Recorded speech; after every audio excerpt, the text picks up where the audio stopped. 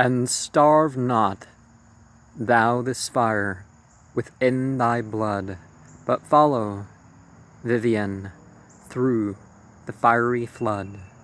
The fire of heaven is not the flame of hell. Then turning to her squire, this fire of heaven, this old sun-worship boy will rise again, and beat the cross to earth and break the king and all his table. Then they reached a glade where, under one long lane of cloudless air, before another wood, the royal crown sparkled and swayed upon a restless elm, drew the vague glance of Vivian and her squire. Amazed were these, lo there she cried, a crown borne by some high lord prince of Arthur's hall, and there a horse, the rider where is he? See yonder lies one dead within the wood, not dead he stirs, but sleeping, I will speak. Kind of reminds you of Cthulhu, right? Hail, royal knight, we break on thy sweet rest, not doubtless all unearned by noble deeds, but bounden art thou. If from Arthur's hall, to help the weak, behold, I fly from shame, a lustful king who sought to win my love. Through evil ways the knight with whom I rode hath suffered misadventure, and my squire hath in him small defense, but thou, Sir Prince, wilt surely guide me to the warrior king, Arthur the blameless, pure as any maid, to get me shelter from for my maidenhood. I charge thee by that crown upon thy shield, and by the great queen's name, arise and hence. And Balin rose, thither no more nor prince, nor knight am I, but one that hath defamed the cognizance she gave me. Here I dwell, savage among the savage woods. Here die, die, let the wolves, black maws, and sepulchre their brother beast, whose anger was his lord. O me, that such a name as Guinevere's, which our high Lancelot hath so lifted up, and been thereby uplifted, should through me my violence and my villainy come to shame. Thereat she suddenly laughed and shrill, anon sighed all as suddenly. Said Balin to her, is this thy courtesy to mock me, ha? Hence, for I will not with thee. Again she sighed. Pardon, sweet lord, we maidens often laugh, when sick at heart, when rather we should weep. I knew thee wronged, I break upon thy rest, and now full loath am I to break thy dream. But thou art man, and canst abide a truth, though bitter. Hither, boy, and mark me well.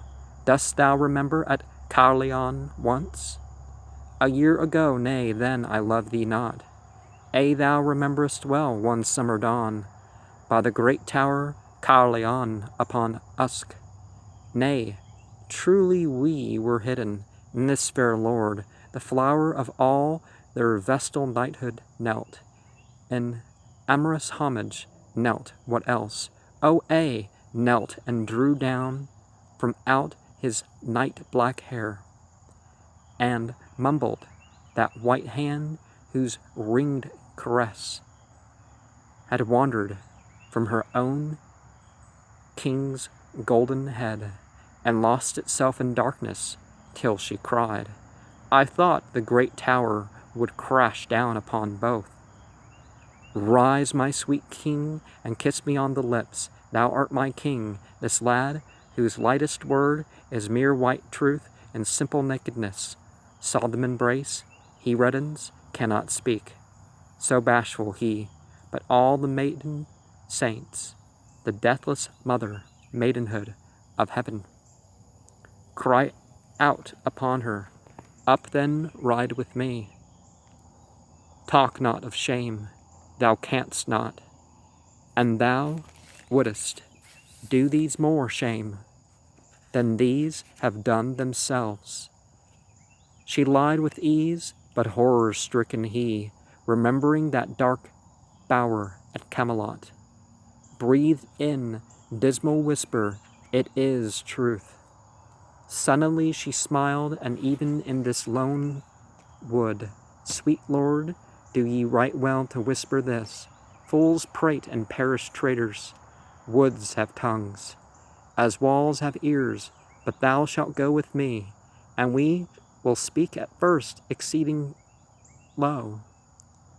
Meet is it, the good king, be not deceived. See now I set thee high on vantage ground, for whence to watch the time, and eagle-like stoop at thy will on Lancelot and the queen." She ceased, his evil spirit upon him leapt.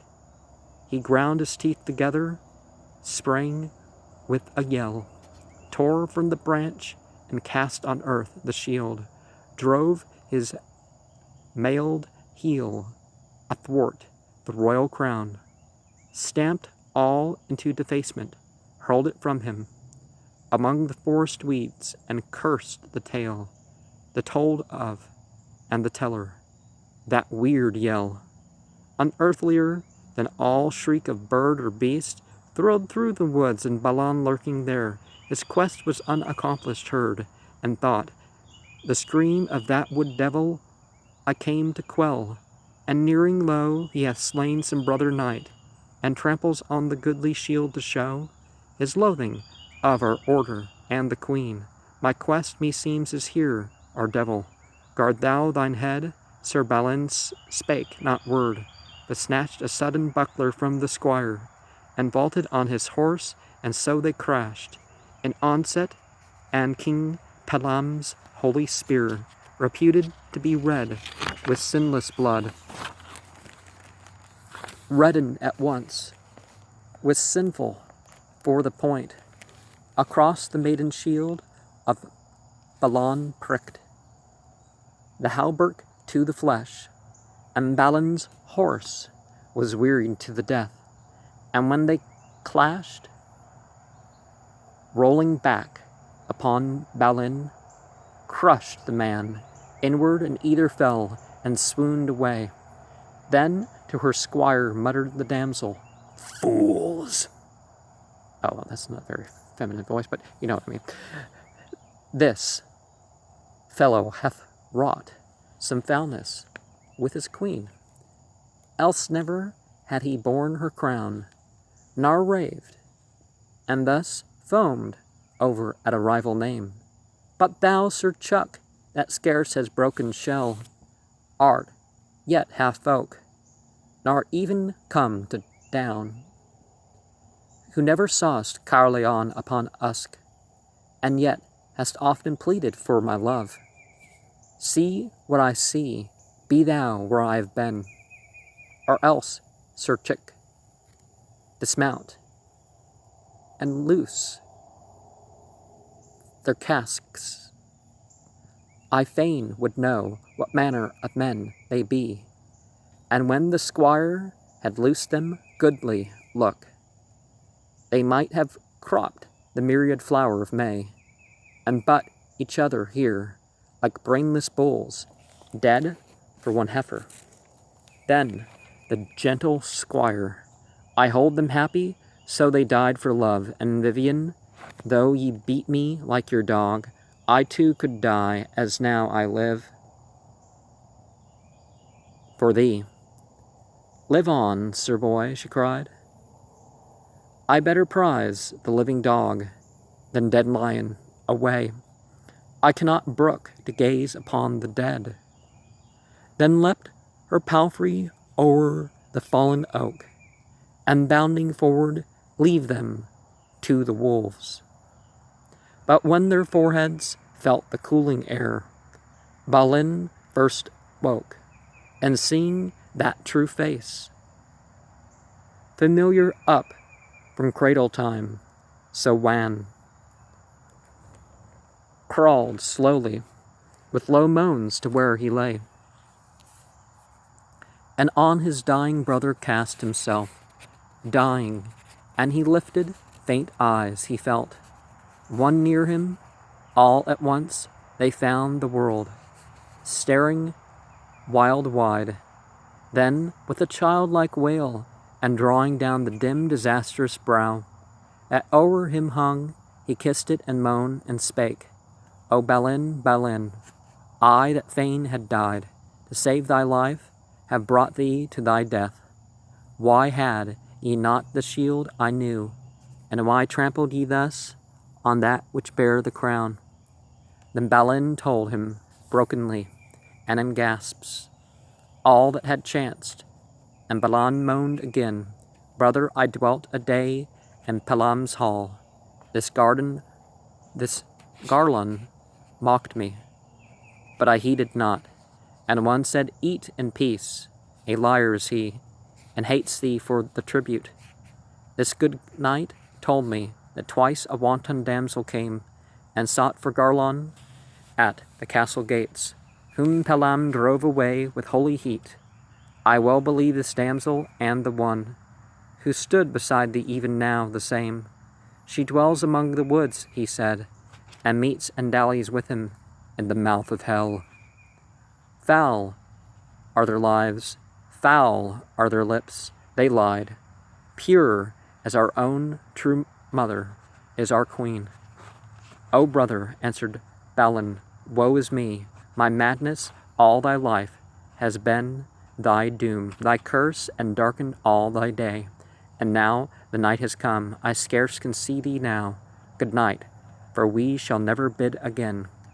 Good morrow, dark my doom was here, and dark it will be there. I see thee now no more. I would not mine again should darken thine. Good night, true brother. Good night, true brother here. Good morrow there. We two were born together, and we die together by one doom. And while he spoke, closed his death, drowsing eyes, and slept the sleep with Balin, either locked in either's arm. Now, let's be real, that Christianity is, the worship of the sun is going to come back. Well, sun, different spellings of the same group of sounds.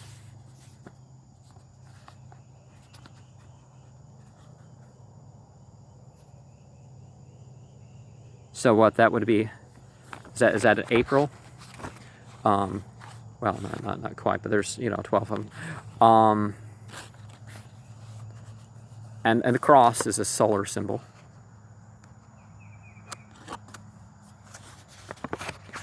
So the real fight between Christianity and the other polytheisms that they were trying to chase off was really one of authority.